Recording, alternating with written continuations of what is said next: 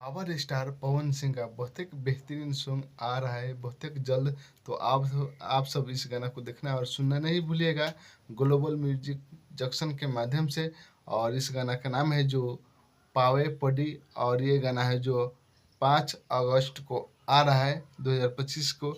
तो आप सब इस गाना को देखना और सुनना नहीं भूलिएगा। पावे पडी power star Pawan Singh song.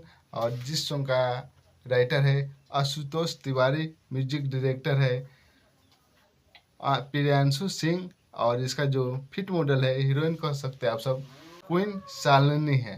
तो आप सब इस गाना को देखना और सुनना नहीं भूलिएगा जो 5 अगस्त को आ रहा है ग्लोबल म्यूजिक जंक्शन के माध्यम से। तो आप देखना और सुनना नहीं भूलिएगा 5 अगस्त पावर स्टार पवन सिंह पावे प्रोड्यूस न्यू सॉन्ग।